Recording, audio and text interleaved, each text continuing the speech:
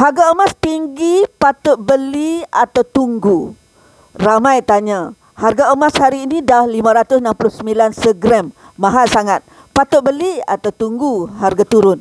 Jawapan akak, kalau tunggu itu silap besar. Pertama, awal tahun harga RM409.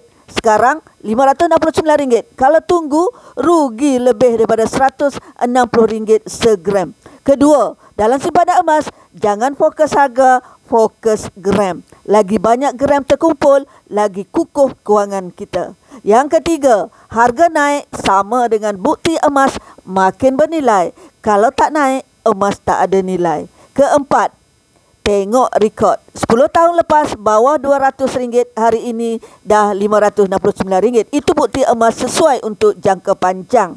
Kelima, solusi mudah. Simpan konsisten, ikut bajet, lagi senang. Kalau buat auto debit GAP, lama-lama terkumpul 10 gram, 50 gram, 100 gram tak sedar. Jangan tunggu lagi tuan-puan, sebab 2 tahun lagi harga tentu lebih mahal dari hari ini. Akak akan guide sampai tuan-puan berjaya.